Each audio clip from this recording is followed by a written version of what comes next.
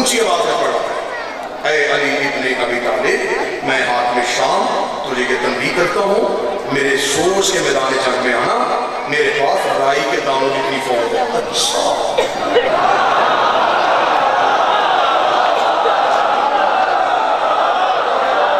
پہلے اونچی آواز میں اس کا خط پڑا تاکہ پورے دربار کو جواب کا اندازہ ہو جائے۔ بابا جی ذرا ادب دیکھیں، عرب میں آپ بہتر سمجھتے ہیں کہ ادب کتنا معروف تھا۔ اب اس نے رائی کے دانے، اس نے یہ نہیں کہا کہ میرے پاس 5 لاکھ فوج ہے، 10 لاکھ فوج ہے، نہیں، اس نے ایک استعارہ استعمال کیا، رائی کے دانے۔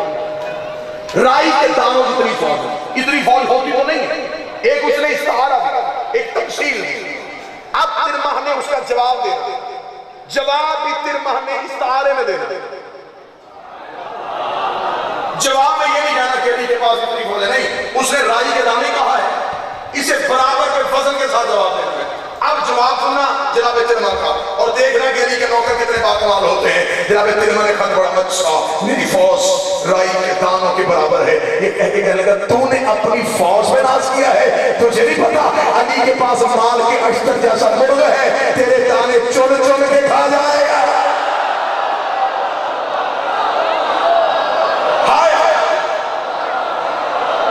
تیرے پاس رائی کے دانے ہیں، علی کے پاس مال کے اشتر ہے، وہ تیرے دانے چن چن کے کھا جائے گا۔ یہ کہہ کے جناب ترمح نے کہا علی کے ساتھ بات میں لڑنا، پتہ نہیں علی کا فوج لے کے آئے، وہ کا فوج لے کے جائے گا، نکال فوج، میں اکیلا آیا ہوں، لاغا لشکر، میں اکیلا ہوں۔ حاکم شام یوں لرزہ تک کر یہاں اس نے یہ جملہ کہا تھا، علی مجھ سے میرا 10,000 بندہ لے لے اور اس جیسا ایک لے لے۔ اس لیے میرے باپ سے فرماتے ہمارے دشمنوں میں گھرے بیٹھے ہو اور ارد گرد سے سوالات کی بارش ہو رہی، اور کہتے ہیں ایک منٹ بھی پریشان نہیں ہونا کہ تمہارے پاس علم نہیں ہے، مطمئن ہو جائے وہاں بیٹھے رہنا، ہم تمہاری زبان بن کے گفتگو شروع۔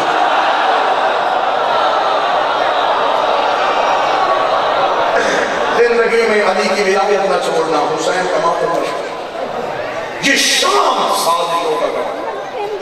مولا امیر المومنین اپنے دور میں تخت حکومت کوفہ لے گیا، کیوں؟ سازشوں کا مقابلہ۔ حسن نے شرطیں لکھی، سازشوں کو اپنی نیند سنا۔ ہر امام شام فتح کرنا چاہتا تھا، لیکن شام مشکل محاذ تھا۔ علی کوفہ تک آئے، قتل ہو گیا۔ حسن نے مدینے بیٹھ کے شرطیں منوائی، حسین کربلا تک پہنچا، شام فتح ہونے سے رہ گیا۔ علی کی بیٹی نے 4 خطبوں سے فتح کر دیا۔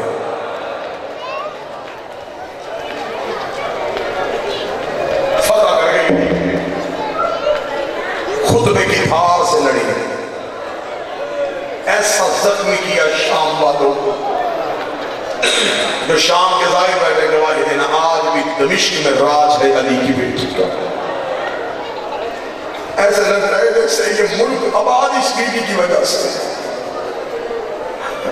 بے شک تخت ہے، راج ہے علی کی بیٹی۔ ایک لمحے کے لیے سوچو کتنا مشکل ہے مقتول کی بہن کا قاتل کے گھر آنا۔ مقتول کی بہن قاتل کے گھر پہنچا، اس نے گھر میں بیٹھ کے بھائی کا قبر بنوایا۔ یہ بی بی کی کیا ضرورت میں پڑھوں آپ کے سامنے، یہ مدینے سے چلی تو بطول تھی، یہ مکے میں آئی تو جانشین رسول بن گئی، یہ کربلا میں 8 دن حسن بنی رہی، یہ شام غریباں کی ایک رات عباس بن گئی، یہ 11 محرم کو دوبارہ علی بن گئی ہے، یہ کربلا سے کوفہ گئی ہے، کوفہ سے شام گئی ہے، 72 بازاروں سے گزاری گئی، 144 گلیوں میں روکی گئی، 288 موڑوں پہ ماری گئی، 9 بار شرابی کے دربار میں بلائی گئی، 1 سال بغیر چھت والے زندان میں بٹھائی گئی، یہ شام سے رہا ہو کے مدینے سے قید ہو کے پھر شام 6666 میل ننگے پاؤں سفر کر کے 15 رجب کو شام کی پہاڑی پہ آ کے رو کے کہتی ہے میرے اللہ اب زینب تھک گئے۔ میرے اللہ تیرا دین بچ گیا، زینب اجڑ گئی، ختم ہو گیا سفر کا مہینہ، ایسے لگتا ہے جیسے کل محرم کا چاند تھا۔ 8 ربیع الاول کے بعد 100 کے دن ختم ہوں گے، 100 ختم نہیں ہوگا، غم کے دن ختم ہوں گے، غم ختم نہیں ہوگا، غم ہمارے لہو میں رہے گا۔ ہم بیٹیوں کی چادر دیکھیں گے تو روئیں گے، ہم بھائیوں کے چہرے پہ داڑھی دیکھیں گے تو روئیں گے۔ یہ 2 مہینے ہمیں اگلے 10 مہینے زندہ رکھیں گے، صرف اس غم کی وجہ سے۔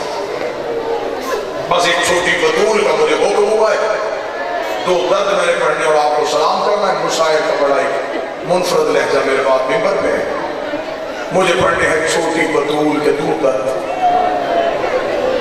جسے ممبر پہ لوگ کہتے ہیں تویز حسین۔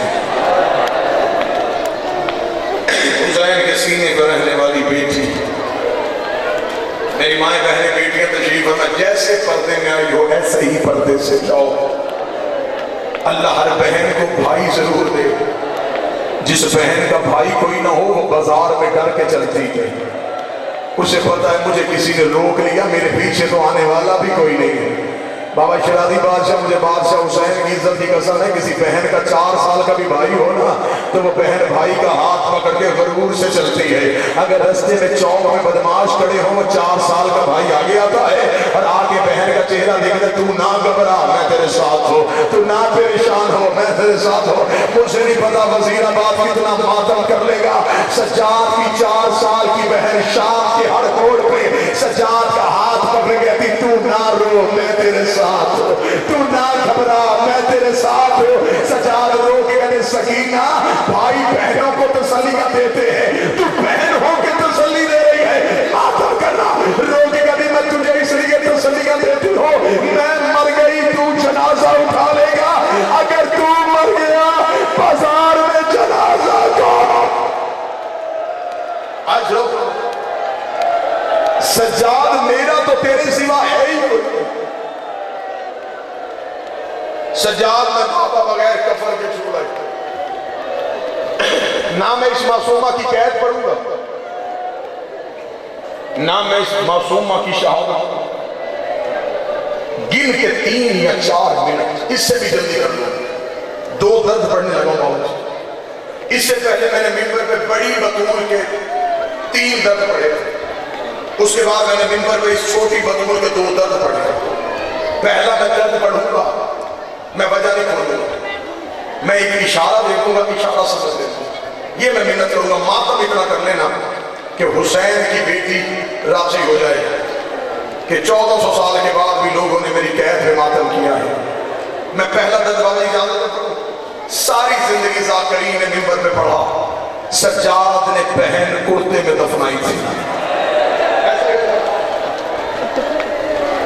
نظامت کے فرائض سر انجام دیتے ہیں، ہر ذاکر، ہر خطیب، ہر عالم یہ پڑھے گا، حسین نے بہن کرتے میں دفنائی، سجاد نے بہن کو کفن نہیں دیا۔ ذہن میں پوچھو تو صحیح، آپ رو لیتے ہیں یہ سمجھ کے کہ غریب تھا سجاد، جس کے بابے کا لباس جنت سے آ سکتا ہے، وہ بہن کا کفن بھی جنت سے منگوا سکتا تھا۔ مجبوری سجاد کی غربت نہیں تھی، میں مجبوری پڑھ نہیں سکتا، میں اشارہ دوں گا تو ماتم کا حق ضرور ادا کر لینا۔ میں ایک مثال دے دیتا ہوں، بابا ششانی باجد حسین کی عزت کی قسم ہے، 10 محرم کو ماتمی کرتا ہے زنجیر کا ماتم، ماتم کرنے کے بعد ماتمی جلدی جلدی قمیص پہن لیتا ہے، سارا دن ماتمی جلوس میں رہتا ہے، رات کو گھر آتا ہے، بہنوں نے کرنے ہوتے ہیں بھائی کے زخم صاف، ماں قریب آ کے کھڑی ہو جاتی ہے، رو کدی قمیض آہستہ اتارنا، تیری قمیض تیرے زخموں سے چمٹ گئی ہے، قمیض آہستہ اتارنا، تیرا لہو بہت زیادہ بہہ گیا ہے۔ جس بندے نے اشارہ بھی نہیں سمجھا، تو جان اور حسین کی بیٹی جانے، رکھ میرے سر پہ قرآن، جس نے 4 گھنٹے قمیض پہنی، اس کی قمیض شام کو نہیں اترتی، جس نے 1 سال کرتا پہنا تھا، ادھر سکینہ کا جنازہ تیار ہوا، زینب کی آواز آئی، سجاد بہن کرتے میں دفنا دے، اور بڑی زخم